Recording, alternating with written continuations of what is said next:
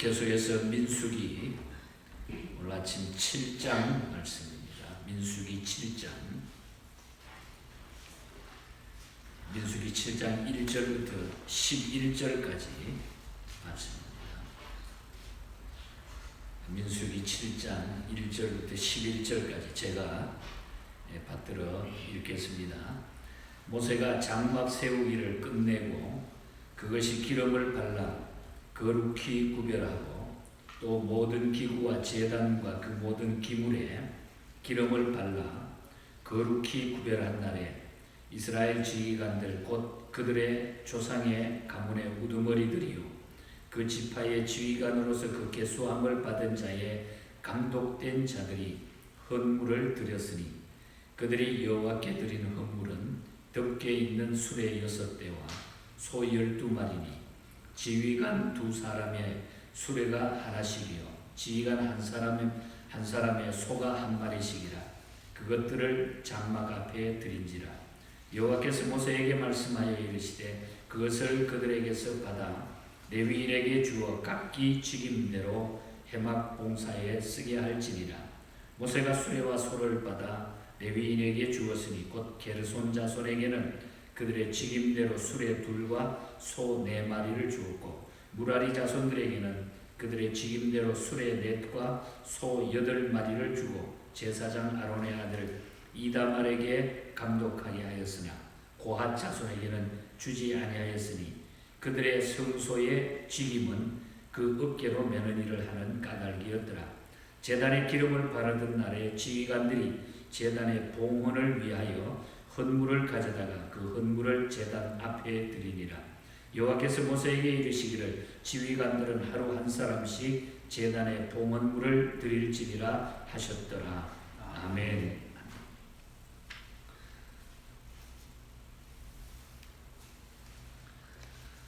오늘 또 우리 하나님의 큰 은혜가 더하고 말씀으로 승리하는 귀한 날 되기를 주님 이름으로 축복합니다. 시편 57편 7절에 보면은 그 다윗이 하나님 앞에 그 고백한 자기의 그 심정을 우리가 들을 수 있는데 늘 저도 즐겨 사용하고 또 저 친히 너무너무 좋아하는 그 성경 구절입니다. 시편 57편 7절에 보면은 하나님이여 내 마음이 확정되고 내 마음이 확정되어 사오니 내가 노래하고 내가 찬송하리이다. 확정되고 확정되어 사오니 우리가 하나님 앞에 우리의 마음이 확정된 사람들에게는 우리가 늘 찬송의 고백이 나오고 기도의 고백이 나오고 우리가 하나님의 이름을 통한 승리의 고백이 늘 주어지는 줄 믿습니다. 언제나 하나님 앞에 확정된 나는 확정됐어 마치 도장을 찍는 것처럼 사인을 하는 것처럼 그냥 결정을 내려버린다는 거죠. 여러분 하나님 앞에 확정된 마음으로 이 시대에 흔들리지 말고 조그만 일에 겁먹지 말고 우리 하나님을 향하여 나갈 때 하나님은 거기서 더 큰 은혜를 우리에게 주실 줄 믿습니다. 이제 우리가 내일부터 공식적으로 교회가 문을 열고 예배를 드릴 수 있는 이 나라의 법을 또 풀어주셨으니까 우리가 이런 귀한 기회에 우리가 열심을 다해서 조심하면서 우리 하나님 앞에 예배 드릴 때에 온 이 미국 땅에 있는 교회들이 새롭게 회복되는 이런 역사가 일어나기를 축복합니다. 오늘 아침에는 그 일을 위해서 하나님 앞에 우리가 많이 기도할 수 있기를 바랍니다. 오늘 민수기 7장의 말씀은 이제 인구 조사가 다 종결되고 난 후에 출애굽 제2년 8월경에 있었던 그 성전 봉헌식에 관한 그런 내용들을 쭉 설명하고 아주 89절까지 있는 긴 본문의 말씀인데 그 후에 보면 읽은 11절 이하의 말씀을 보면은 12지파에서 한 사람씩 족장을 대표해서 헌물을 드리면서 하나님 앞에 헌물을 올려드리는 이 봉헌의 그 정성스러운 이야기들을 장엄하게 설명을 하고 있는 것을 보게 됩니다. 이 예물들을 레위인에게 주어서 그들로 광야 여행 동안에 성막을 손쉽게 운반할 수 있도록 하나님이 모든 일에 조처해 주시는 이런 모습을 보게 됩니다. 어제 아침에 우리가 말씀을 들었습니다만 그 나실인의 서원과 그 제사장의 그 축복을 말한 다음에 바로 이 말씀을 연결시켜주는 이런 모습을 보게 됩니다. 레위 지파가 아닌 사람에게는 이 나실인의 서원을 할 수 있도록 하나님이 그렇게 해주시고, 오늘 이 본문에 와서는 이렇게 레위 지파를 통해서 모든 것을 움직여 나갈 수 있는 성막 봉헌식에 대한 메시지를 우리가 듣게 됩니다. 오늘 긴 본문을 우리가 잠깐 동안 살펴보도록 하겠는데, 먼저 우리가 보면은 이 성막과 기물들은 기름을 바를 때에 비로소 성막이 됐다 하는 그런 말씀을 1절에서 우리가 볼 수 있습니다. 이스라엘 백성들은 하나님께서 시내 산에서 계시해 주신 식양대로 성막과 각종 성물을 만들었습니다. 그렇다고 해가지고 성물들이 그 자체로 거룩해지는 것은 아니었습니다. 그 성물들은 하나님께서 지시한 대로 기름을 발라 거룩히 구별함으로써 성막과 성구들이 될 수 있었다는 것입니다. 기름을 부었다는 것. 여기에 기름을 바르기 전까지는 거룩한 것이 아니었다, 그런 얘기가 됩니다. 오늘 1절 말씀을 보면은 장막이라는 표현을 하고 있습니다. 장막. 이 장막이던 것에 기름을 발라서 거룩히 구별할 때에 비로소 성막과 성구들이 될 수 있었던 것입니다. 자, 여기서 기름을 발랐다는 말은 무슨 말입니까? 기름을 발랐다는 말은 이제는 하나님의 것이 되었다 하는 공식적인 인준입니다. 이제 하나님의 것이다. 공식적으로 인준은 뿐만 아니라 이제부터는 오직 하나님만 위해서만 사용되어야 한다고 하는 절대 가치가 부여되었다고 하는 것을 의미하고 있는 거예요. 우리가 직분도 그래요. 우리가 목사라든지 장로라든지 안수집사라든지 직분자를 세울 때에 5대1에서 안수해서 세우는 이것은 뭡니까? 이 안수라고 하는 것은 기름 붓는 거예요. 기름 붓는 거. 이제 세상으로 살는 사람이 이 직분은 하나님께서 주시는 직분이다. 하나님 앞에 구별되었다. 하나님 앞에 성별되었다. 하나님의 것이 되었다 하는 그런 의미입니다. 이 절대 가치가 바로 기름 부음에 있다고 하는 거죠. 그래서 우리가 하나님의 귀한 직분을 받은 자들이 그렇게 함부로 살아가면 안 되는 거예요. 그러나 이 직분을 잘 감당하는 자에게는 하나님이 엄청난 복을 약속하셨다고 하는 것을 또한 우리는 기억해야 됩니다. 한편 기름 바름은 신약에 와서는 어떻게 됩니까? 성령의 역사로 이것이 승화되는 거예요. 성령의 역사. 그래서 예수님은 요한복음 3장 5절에서 뭐라고 했습니까? 물과 성령으로 거듭나지 아니하면은 하나님의 자녀가 될 수 없다. 그러므로 성령께서 멸망받을 우리를 하나님의 자녀로 새롭게 변화시키고 하나님의 거룩한 소유가 되게 해주셨다는 거죠. 오늘 우리들에게. 내일 우리 성령 강림주의를 지킵니다만 하나님께서 성령의 역사를 통하여 오늘 우리에게 거룩하게 하시고 하나님의 자녀로 만들어 주셨다. 따라서 하나님의 소유된 우리는 더 이상 세속적 영광과 만족을 위해서 힘쓰지 말고 오직 우리를 소유 삼으신 하나님께 영광 돌리며 살아야 된다. 이 말씀의 메시지는 그 교훈이 중요하다는 거예요. 하나님께 영광 돌리며 살아야 된다.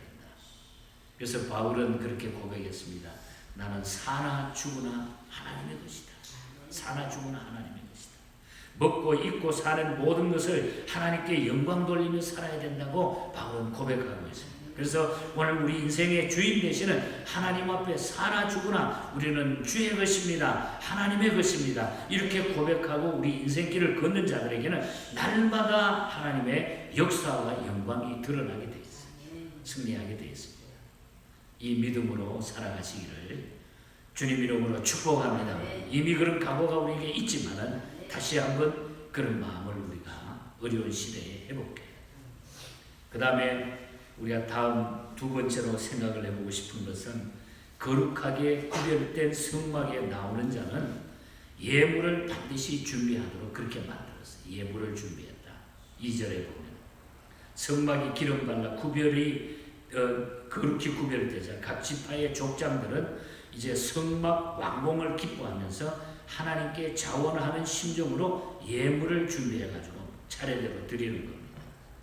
이처럼 성도들도 감사할 조건이 주어졌을 때에 자기 만족에 취하지 말고 하나님을 찾아가서 경배하면서 감사드리는 것이 은혜를 아는 자의 바른 도리라는 것입니다. 하나님과 늘 감사하는 마음, 감사. 이 감사는 은혜의 척도임을 알아야 돼요. 감사한다고 하는 것은 은혜의 척도입니다. 감사하는 자는 은혜를 받은 자고 은혜를 받은 자는 감사하는 자라는 거죠. 그래서 우리 항상 하나님 앞에 감사하는 마음, 감사하는 시간, 감사하는 내 생을 살아드려야 돼. 그리고 무슨 일이 있든지 우리는 늘 하나님 앞에 먼저 감사하는 일. 그래서 오늘 족장들이 먼저 하나님께 감사한 것을 보면서 우리가 권력자나 혹은 지위가 남들보다 내가 높다고 이렇게 생각되는 사람들은 모든 선행에 있어서 남보다 모범돼야 되고 남을 능가하게 더 하나님 앞에 감사를 많이 해야 돼. 이렇게 권력과 부귀를 가진 자가 하나님께 감사하는 일에 모범을 보이지 않는다면 가지고 있는 것이 아무런 가치가 없다는, 의미가 없다는, 아무런 의미가 없는 것이 된다. 그러므로 남보다 우리가 스스로 낫다고 여기는 사람은 감사하는 생활에도 앞장서서 모범을 보여야 된다. 그래서 족장들이 대표로 해가지고 족장들이 먼저 앞장서가지고 하나님 앞에 막 감사의 예물을 쭉 올려드리는 이런 모습을 보게 됩니다. 우리가 하나님 앞에 조그만 것에 감사할 때 더 좋은 것, 더 귀한 것, 더 많은 것을 우리 하나님은 축복해 주신다고 하는 것을 우리가 기억하고 구별된 성막에 나올 때마다 우리는 늘 감사하는 심정, 감사하는 마음이 우리가 끊어지지 않도록 진정 내 중심에 내 마음의 감사가 하나님 앞에 드려질 수 있기를 주님 이름으로 축복합니다. 이것이 오늘 이 말씀해 주는 중요한 메시지입니다. 그 다음에 3절부터 11절에 보면은 족장들이 드린 헌물은 레위인에게 주어졌다. 그런 얘기야. 레위인에게. 하나님을 섬기기 위해 드려진 자원 예물은 레위인에게 주어 해막을 섬기는 일에 그걸 쓰도록 했어요. 5절에 보면. 헌물을 레위인에게 주도록 했다고 하는 이 말은 하나님이 연락하셨다는 그런 뜻입니다. 하나님이 연락하셨다. 그리고 더 나아가서는 하나님께서 당신의 일꾼들의 유익과 당신의 거룩한 사역의 진전을 위해서 연락한 예물을 활용하신다는 사실을 보여주고 있는 것입니다. 그것은 오늘 5절에 보면은 각기 직임대로 쓰게 했다 하는 말이 증명을 각기 직임대로 쓰게 했다. 이 말씀으로 표현하고 있습니다. 이는 해막 운반과 이 건립의 직임을 맡았던 게르손 혹은 무라리 자손에게 이것이 주어졌다는 거죠. 7절과 8절에 보면. 거기 이제 옮기는데 모든 일을 감당하는데 얼마나 많은 것들이 필요하겠어요. 거기에 모든 것이 쓰여질 수 있도록. 이를 보건대 하나님은 당신의 사람들에게 일을 맡기실 뿐만 아니라 그 일을 감당할 수 있는 각종 구원을 우리 하나님께서는 아끼지 아니하신다. 하나님의 일은 하나님께서 아끼지 않고 그 배후에서 하나님이 다 역사하셔서 밀고 인도하신다는 거죠. 누구를 통해서든지. 선교 사역이라든지 교회 사역은 그래서 우리가 물질이 먼저가 아니라 우리 하나님이 이미 정해놓은 사람들을 통해서 하나님이 배후에서 모든 것을 구원하신다. 그리고 우리가 믿음이 더 큰 문제라는 거죠. 믿음이. 그러므로 우리의 후원자이신 우리는 하나님을 늘 믿음으로 평안을 누려야 할 줄 믿습니다. 하나님이 함께 하신다. 하나님이 다 알아서 준비해 주시. 우리는 기도하고 우리가 믿음으로 최선을 다하면 하나님이 부족한 것도 채우시고 우리 교회만 보더라도 그렇잖아요. 우리가 누가 어떤 능력자가 있어가지고 이만한 일을 지금까지 우리가 해올 수 있었겠습니까? 후원자는 우리 하나님이신 줄 믿습니다. 하나님의 사역과 하나님의 역사. 저는 선교하면서 그 많은 물질들, 또 교회를 우리가 섬기면서 필요한 많은 물질들 하나님 어떻게 하셨습니까? 어떤 방법으로든지 하나님은 후원자를 통해서 후원하시고 계세요. 요즘도 이 어려운 때에 하나님이 까마귀를 통해서 계속 날라주시고 또 보내주시고, 어제도 어떤 교우가 또 메일로 보내주시고, 이건 놀라운 일이에요. 우리 하나님이 하시는 일이에요. 그 본인이 한다고 생각하지만 우리 하나님께서 모든 것 정하셔서 이렇게 역사하시는 줄 믿습니다. 그래서 우리는 하나님이 우리에게 뒤에서 든든한 후원자가 되어 있기 때문에 중요한 것은 우리의 믿음이라는 거예요. 우리의 믿음. 그래서 성경은 믿음대로 될지어다. 믿음대로 될지어다. 어려움을 겪으면서 더 한층 우리가 훈련되고 단단해져 가는 것이 얼마나 또 하나님 앞에 감사한지 몰라요. 어려운 때에 새벽마다 나오셔서 기도하신 여러분, 하나님 정말 위대하게 여러분을 사용하실 줄 믿습니다. 하나님의 역사가 반드시 일어나게 될 거예요. 끝으로 말씀을 드리면은 우리가 12절부터 마지막 89절까지 쭉 보면은 12지파들의 족장이 한 사람 한 사람 나와가지고 그 봉헌하는 장면이 나와요. 재밌는 것이 쭉 여러분 읽어보시면요, 여섯 절씩 읽게 돼 있어요. 먼저 유다 지파가 6절에 보면은, 12절에 보면 유다 지파 나손이 대표를 해요. 나손은 뱀이라고 하는 그런 뜻을 가지고 있어요. 그 다음에 이사갈 지파 두 번째 18절에 보면은 느다넬이라고 하는 족장이 나오죠. 하나님이 주셨다 하는 이름을 가지고 있는 이 느다넬. 그 다음에 24절에 보면은 엘리야, 스불론 지파의 엘리야, 하나님은 아버지시다 하는 그런 뜻을 가진 이름이에요. 그 다음에 네 번째 루벤 지파는 30절입니다. 엘리술이라고 하는, 하나님은 반석이시다 하는 뜻을 가지고 있고, 그 다음에 시므온 지파 36절에 보면은 슬루미에, 하나님은 평화시다 하는 족장이 나타나고, 그 다음에 여섯 번째는 갓 지파 42절에 보면 엘리아사, 하나님은 더하게 하신다. 그리고 일곱째 에브라임 지파 엘리사마, 하나님은 들으신다 하는 48절. 그 다음에 54절에 므낫세 지파 가말리엘, 하나님은 상급이시다 하는 족장이 나타납니다. 아홉 번째 베냐민 지파 60절에 보면 아비단, 내 아버지는 재판관이시다 하는 뜻을 가진 족장입니다. 그 다음에 10번째로는 단 지파 아히에셀이라고 하는 66절에 보면은 내 형제는 도움이다. 내 형제는 도움이다. 그리고 11번째 아셀 지파는 바기엘 72절이죠. 하나님과 만남이라고 하는 뜻을 가진 족장. 그리고 마지막으로 12번째 납달리 지파는 78절에 보면은 아히라, 형제는 친구의 하나다 하는 이런 뜻을 가진. 근데 여기 이름의 뜻을 우리가 재밌게 살필 수가 있는데, 이들의 이름에는 하나님의 이름인 엘사다이라고 하는 말이, 다 엘사다이, 하나님이라고 하는 말이 붙어 있고, 또는 압이라고 하는 말은 아버지라고 하는 뜻이에요. 그리고 암이라고 하는 말은 친족이라고 하는 뜻입니다. 그리고 아는 형제라고 하는 뜻입니다. 이 요소가 다 포함이 되어 있어요. 그러니까 엘사다의 하나님, 그리고 아버지, 암, 친족, 형제. 하나님과 아버지와 친족과 형제, 이 요소가 그 이름 속에 다 포함이 되어 있어요. 이 이름을 가진 자가 하나님 앞에 나와가지고 예물을 드리는 겁니다. 봉헌하는 겁니다. 이것은 모든 것이 우리 하나님의 것입니다. 우리의 모든 소속은 하나님께 되어 있습니다. 우리 친족과 형제와 아버지와 모든 것들이 엘사다이 하나님 앞에 우리는 올려지고 그 하나로 되어 있는 것입니다. 이와 같이 이름을 문장투로 지은 것은 BC 2세기 1세기경의 셈족의 공통적인 그 풍속이었어요. 그 이름을 그렇게 가졌던 것입니다.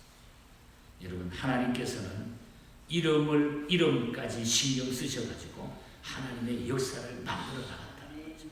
놀라운 일이잖아요. 하나님이 우리에게 주신 이름을 통해서 우리가 하나님께서 우리에게 주신 공통적인 거룩한 이름은 성도라고 하는 이름. 성도라고 하는 이름. 이름대로 살아갈 수 있기를 축복합니다. 거룩하게 구별된 성결한 것이 바로 우리 성도라는 거죠. 우리 하나님 앞에 구별된 성도의 삶을 오늘 또 우리가 기억하시면서 주님 앞에 서는 그날까지 구별된 성도, 거룩함, 하나님을 향하여 우리가 인생을 살아야 된다고 하는 이 자신감, 이 기쁨, 이 축복 놓치지 말고 영원토록 주 앞에 기억하며 승리의 삶을 사는 우리 모두가 되기를 주님 이름으로